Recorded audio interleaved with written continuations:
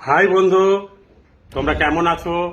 ভালো ভালো থেকো, পিকনিক করো, মেলা ঘোরো। শীতকাল।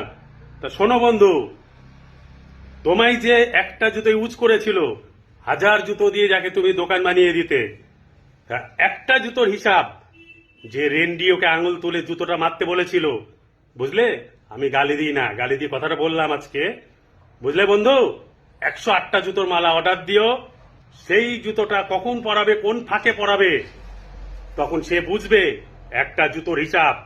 এক এক করে 108টায় পৌঁছে গেছে অলরেডি, তাই না বন্ধু? ইটের জবাব পাথরে দিতে হয়। তা বন্ধু, ভাবিয়া করিও কাজ, করিয়া ভাবিও না, বুঝলে বন্ধু? পরের কথায় ওই ঘরে আগুন লাগাও, দাও দাও করে জ্বলে যাবে, কিন্তু এটুকু ভাবনি যে আগুনটা ঠিক জল দিয়ে নিভে যাবে একদিন। ঠিক তাই। তা আমার জুতোর কথাটা উদ্দেশ্য ছিল একজনকে নিয়ে, বুঝলে বন্ধু? লাইক করো ভাই।